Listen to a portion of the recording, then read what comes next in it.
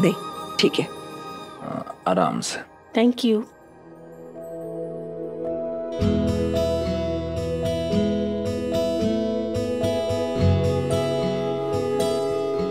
प्रसाद। वैणी प्रसाद।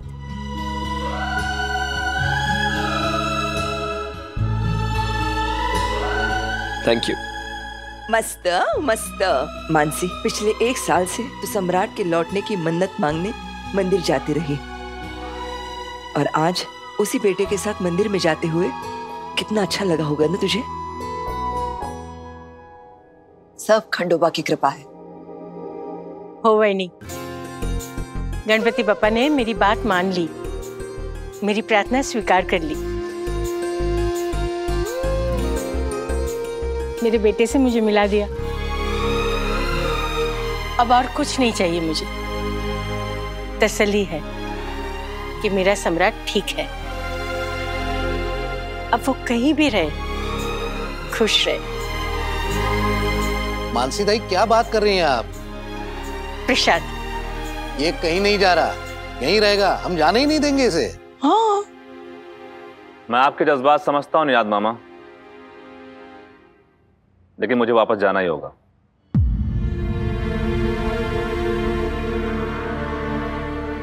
अरे पत्र लिखा लो प्रसाद। अरे पत्र लिखा? तुम अपनी सास और पतिवर हस्बैंड के साथ मंदिर क्यों नहीं गई? सोनाली मामी, मुझे नहीं पता था कि ये लोग मंदिर गए। ओह। सम्राट, तूने मंदिर जाने के पहले पत्रलेखा को क्यों नहीं बताया? और कम से कम तुमको तो पूछ लेना चाहिए था ना, ये कहाँ जा रहा है? ओमकार जी, ये लोग दोनों एक ही कक्ष कमरे रूम में थोड़ी ना सोए थे।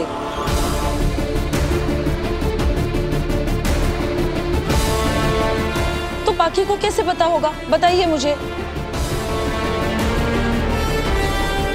अरे हमारा सम्राट तो गेस्ट रूम में सोया था, सुबह उठा होगा और मानसी ताई के साथ मंदिर चला गया होगा, हो ना?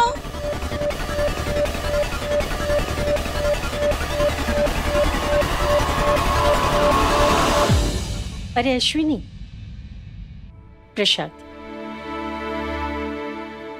आप लोग इतने हैरान क्यों हो रहे हैं? मैं इस घर में गेस्ट ही तो हूं, तो गेस्ट रूम में ही सोऊंगा ना।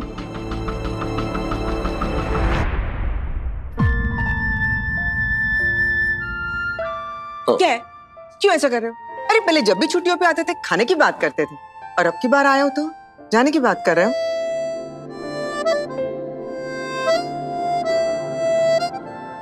जब से आए हो तब से एक बार भी तुमने अपनी अश्विनी मामी से खाने की फरमाइश नहीं की है? की है? नहीं की ना? क्यों? चल जाने दो। बता क्या बनाऊं तुम्हारे लिए? आपको जो ठीक लगे मांगो। खाने की सवाल पे ऐसे रूखा सूखा जवाब नहीं जमेगा। अरे पहले तो खाने पे नाम पे ऐसे कूद पड़ते थे, ऐसे उछल पड़ते थे, वैसे कर। वक्त के साथ साथ मैं भी बदल गया हूं मामी, और वैसे भी आप जो भी बनाओगी अच्छा ही बनाओगी। अरे तुम्हारी मामी तो अच्छा खाना बनाती ही है, लेकिन तुम्हारा ये मामा बहुत अच्छी हारमोनियम बजाता है, पता है? वो देख, बता तेरी पसंद का कौन सा गाना बजा? अरे वाह मामा, आप हारमोनियम बजा लेते हैं, मुझे पता ही नहीं था। किसी दिन अच्छे मौके पर आपका गाना जरूर सुनूंगा, पर आज नहीं। चलो ठीक है, जैसी तुम्हारी मर्जी। लेकिन तुझे पता है ये हारमोनियम मुझे किसने दिए? सही ने, वो भी उसके स्कॉलरशिप के पैसे देकर, पता है?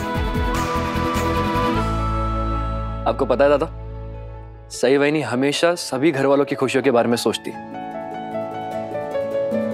और तो और किसी ना किसी को कोई ना कोई सरप्राइज तो दे ही देती है। क्या गाई? हाँ मोहित, सही की ये खूबी मैंने खुद देखी है। इनफैक्ट मैंने उससे कहा भी था कि ये परिवार बहुत खुशकिस्मत है जो तुम जैसी बहू इस घर में आई।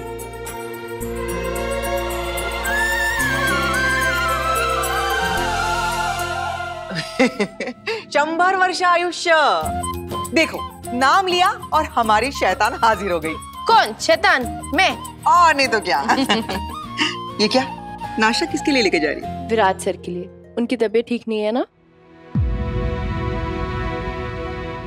क्यों, क्या हुआ उसे? अरे डॉक्टर को दिखाया? आप लोग उनकी चिंता मत कीजिए, उन्हें थोड़ा सा बुखार हो गया था। उन्होंने डॉक्टर को भी दिखाया और उनकी दवाइयाँ भी शुरू की। मैं उनका ख्याल रख रही हूँ, आप चिंता मत कीजिए। अरे अरे भाई, हम क्यों चिंता करें जब तुम हो उसका ख्याल रखने के लिए, है ना? अच्छा ठीक है।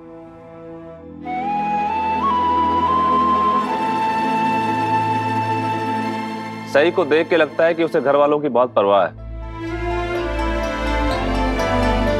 खासतौर पे विराट की। हाँ ना, बहुत ख्याल रखती है विराट का। पता है जब विराट को गोली लगी थी ना, बाप रे, भागी दौड़ी आई थी अस्पताल में उसकी सेवा करने के लिए। अस्पताल से लेके घर तक बहुत सेवा की उसकी, एक पैर पटने होगी। विराट को गोली लगी थी? हाँ, जिंदगी और मौत के बीच में झूल रहा था विराट। और बदकिस्मती से दोनों के बीच में तब ना अनबन भी चल रही थी। घर छोड़ के चली गई थी और वापस ना लौटने का मन भी बना लिया था, लेकिन जब पता चला उसे विराट को गोली लगी है, बिना सोचे समझे दौड़ के आ गई अस्पताल में विराट की सेवा करने के लिए, उसका ख्याल रखने के लिए।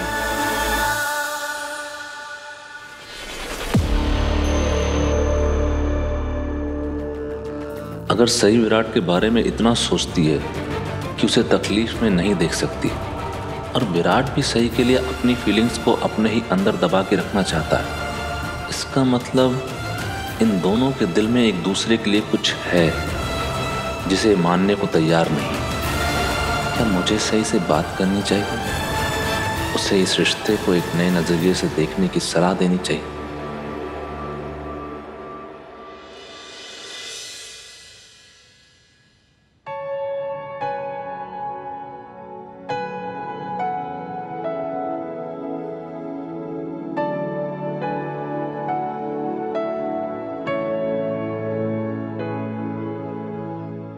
Good morning. कल से बेटर फील कर रहे हैं? अगर कर भी रहे हैं ना, और पुलिस स्टेशन जाने की सोच आपकी सोच में भी आ रही है, तो सोच को वहीं रोक दीजिए, क्योंकि मैं आज आपको कहीं नहीं जाने दूंगी।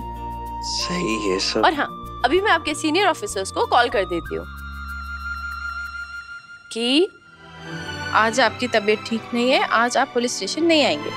सही, ये पुलिस की नौकरी है, मजाक नहीं है। जरा से बुखार के लिए मैं इसे छुट्टी नहीं ले सकता। जरा सा बुखार? आपको जरा सा बुखार नहीं है, बहुत खतरनाक बुखार है। आपको पता है, ऐसा बुखार जब सिर पे चढ़ जाए ना, तो इंसान पागल हो जाता है, लोगों की जान पर बनाती है और बॉडी कितना वीक फील करती है। ऐसा कुछ नहीं होने वाला, और तुम प्लीज मुझ पर अपना वक्त बर्बाद मत करो। कॉलेज जाओ, पढ़ाई करो, जो करना है करो, पर मेरे लिए अपना कीमती वक्त बर्बाद मत करो प्लीज। मैं अपना कीमती वक्त बर्बाद नहीं कर रही हूँ, मैं आपका ख्याल रखना चाहती हूँ और मैं ख्याल रखूंगी। उसके लिए मुझे आपकी इजाजत लेने की कोई जरूरत नहीं है। और मुझे तुम्हारे देखभाल की जरूरत नहीं है, ना ही चाहिए, क्योंकि मैं बिल्कुल ठीक हूँ। ठीक हो गए हैं? अच्छा, अब आपने झूठ बोलना भी शुरू कर दिया। मैं झूठ नहीं बोलता हूँ सही, हमेशा सच की राह पर चलने का फैसला लिया है मैंने। आप और सच की राह? हाँ, मैं तुम्हारे यकीन ना करने से सच बदलने नहीं वाला। सच की खासियत ही है, एक तरह से तुम्हारी तरह है सच, जैसे तुम खुद को कभी नहीं बदलती। एक्चुअली अच्छा ही है। तुम्हारा सबको बेबाकी से सब कुछ कह देना मुझे पसंद है, हालात कितने भी बुरे क्यों ना हो। तुम नहीं झुकती हो उसके सामने, अच्छा है, इसे बरकरार रखना सही। तुम्हारी बहुत बड़ी खूबी है ये, कभी बदलना मत।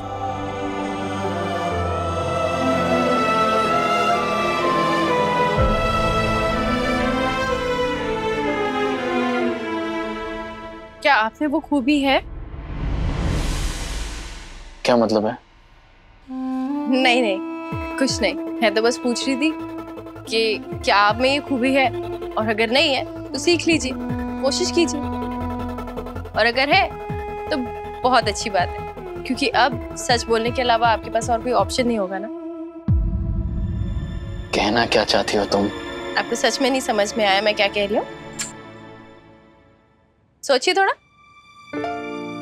अरे ये तो ठंडा हो गया। देखिए आपकी बातों के चक्कर में दलिया ठंडा हो गया। एक काम करिए, मैं इस दलिया को दोबारा गर्म करके लाती हूँ, तब तक आप थोड़ा सोच लीजिए। मेरे लिए इतना सब मत करो सही, मुझे अच्छा नहीं लग रहा। गर्म पानी ले आती हूँ आपके लिए। जब तक आपकी तबीयत ठीक नहीं हो जाती ना, आप गर्म पानी ही पीजिए, गले को आराम मिलेगा। अपने गले की बात नहीं कर रहा हूं मैं। तुम्हारा मेरे लिए इतना सब करना मुझे अनकंफर्टेबल फील हो रहा है।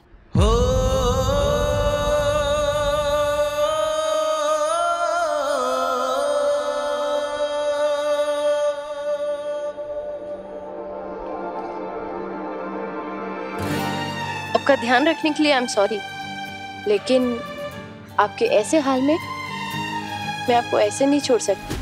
अगर आपकी सेहत के लिए आपको अनकंफर्टेबल फील कराना पड़े तो भी मैं कराऊंगी।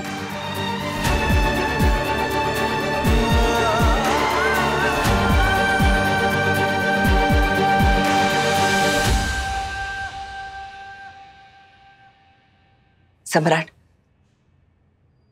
जो फैसला तूने लिया है उस पर फिर से एक बार विचार कर, क्योंकि ये ना तो तेरे लिए ठीक है और ना ही इस घर के लिए।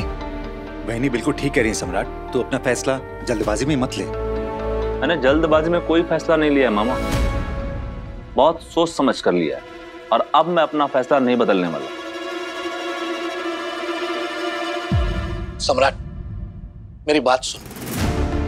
पत्रलेखा एक बहुत भली लड़की है, एक अच्छी पत्नी होने के, बहू होने के सारे गुण हैं उसमें। हम 1 साल से देख रहे हैं ना उसको, उसमें कोई कमी नहीं है बेटे। हे अगदी बरोबर है सम्राट। पिछले पूरे 1 साल वर्ष इहर में पत्रलेखा ने इस घर के लिए बहुत कुछ किया है। सम्राट, एक बात बता, क्या तूने तलाक लेने का फैसला सिर्फ इसलिए लिया कि विराट और पत्रलेखा दोनों एक दूसरे को शादी से पहले जानते थे? मामी, सच सबको पता है। मैंने ये फैसला क्यों लिया है ये आप सब जानते हैं, फिर भी आप लोग बार बार मुझे मेरा फैसला बदलने के लिए क्यों कह रहे हैं? क्योंकि चौहान निवास के मर्द अपनी बीवी को तलाक नहीं देते। शिवानी 2 तलाक लेकर पहले इस घर की इज्जत और नाम खराब कर चुकी है, अब और नहीं। सम्राट, मैं तो ये चाहती हूँ कि तेरे और पत्रलेखा के रिश्ते को ठीक करने के लिए जो करना पड़े कर, लेकिन तलाक के बारे में बोलना भी मत, समझ ला? बड़ी मामी, हम 21वीं सदी में रह रहे हैं और ऐसे समय में आप तलाक को इज्जत से जोड़कर देख रही। अगर 2 लोग एक दूसरे के साथ खुश नहीं हैं तो उन्हें पूरा हक है अलग होने का। वो समाज की झूठी शान के लिए अपनी पूरी जिंदगी गम के अंधेरे में क्यों बिताएं? इसलिए तलाक को हवा बनाने से अच्छा है कि हम उसके बारे में खुलकर बात करें। और जहां तक बात रही मेरे तलाक की, तो आप सब क्या ये कहना चाह रहे हैं कि विराट और पत्रलेखा सिर्फ दोस्त थे? अरे सम्राट, विराट और पत्रलेखा के बीच में कुछ था या नहीं था, ये सारी बीती बातें हो गई। ये अतीत है। विराट आगे बढ़ चुका है, शादी हो गई है उसकी, और इस बात को पत्रलेखा भी अच्छी तरह से समझती है बेटे। मुझे ऐसा नहीं लगता। कुछ चीजें जैसी नजर आती हैं वैसी होती नहीं, और ये बात मुझसे बेहतर और कोई नहीं जान सकता।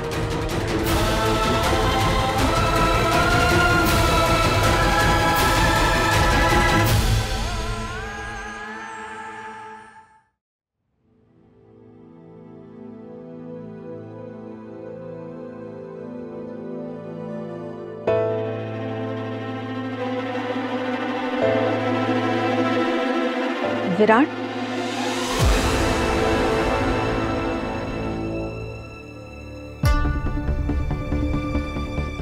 मैंने सुना है कि तुम्हारी तबीयत ठीक नहीं है। नहीं, ऐसा कुछ नहीं है, थोड़ा बुखार था बस, ठीक हूँ। बताओ तुम। वो मैं तुमसे कुछ जरूरी बात करना चाहती थी। बोलो। बात इतनी सिंपल नहीं है विराट कि मैं बोल दूं और तुम सुन लो। मतलब कि मैं इस घर में वो बात नहीं कर सकती। जब भी मैंने तुमसे बात करने की कोशिश की है, हमेशा कोई ना कोई तमाशा जरूर हो जाता है। और अब सम्राट के आने के बाद से तो सब लोग हमें अलग ही नजर से देखने लगे। और मैं सच में नहीं चाहती कि हमारे ऊपर और भी कोई गलत इल्जाम लगे। इसलिए मैं तुमसे रिक्वेस्ट कर रही हूँ कि तुम मुझसे कहीं बाहर मिल सकते हो, कहीं भी, कॉफी शॉप में, कहीं भी, ताकि मैं तुमसे वो जरूरी बात कर सकूं। 4 बजे ठीक रहेगा?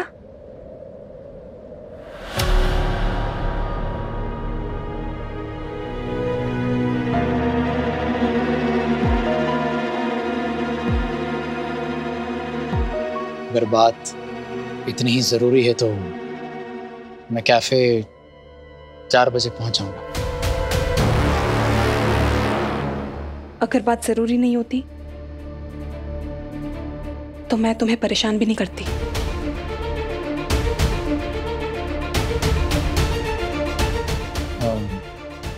सम्राट से बात की? हाँ, हम 4 बजे मिलेंगे तो उस बारे में भी बात कर लेंगे। Thank you.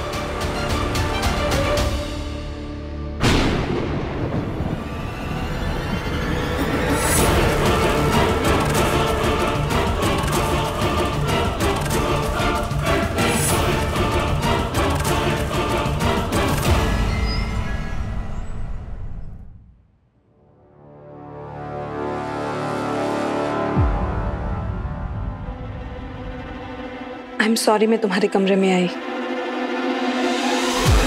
वो मुझे विराट से कुछ जरूरी बात करनी थी। मुझे नहीं जानना है आप यहाँ क्यों आई हैं।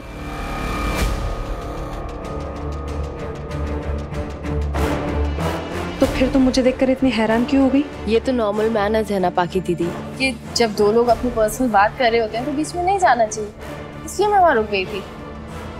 हाँ, आपको देख के थोड़ी हैरान जरूर हुई थी क्योंकि मैंने उम्मीद नहीं की थी कि आप यहाँ आएंगी, खास तौर पे सम्राट दादा के लौटने के बाद।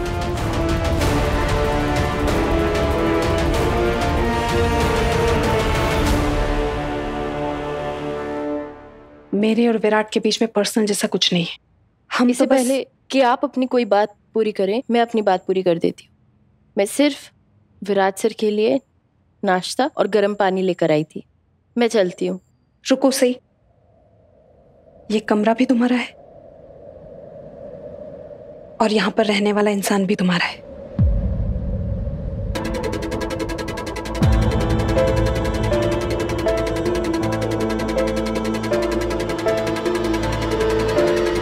इसलिए तुम प्लीज यहीं रुको, मैं जाती हूँ।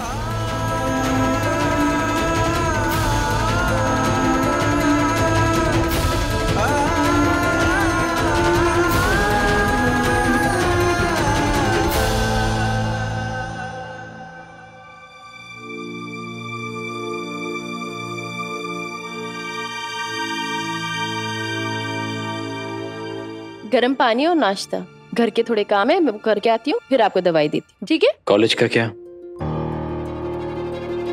मेरे कॉलेज की चिंता आप मत कीजिए, मैं आज कॉलेज थोड़ी देर से जाऊंगी। गर्म पानी और नाश्ता कर लीजिएगा।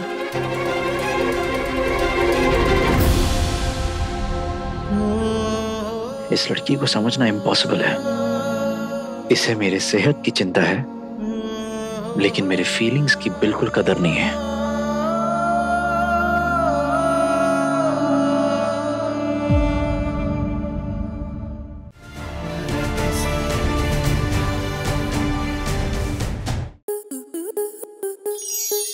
स्टार प्लस के ऐसे ही और बेहतरीन लम्हे देखने के लिए सब्सक्राइब करें हमारे YouTube चैनल को।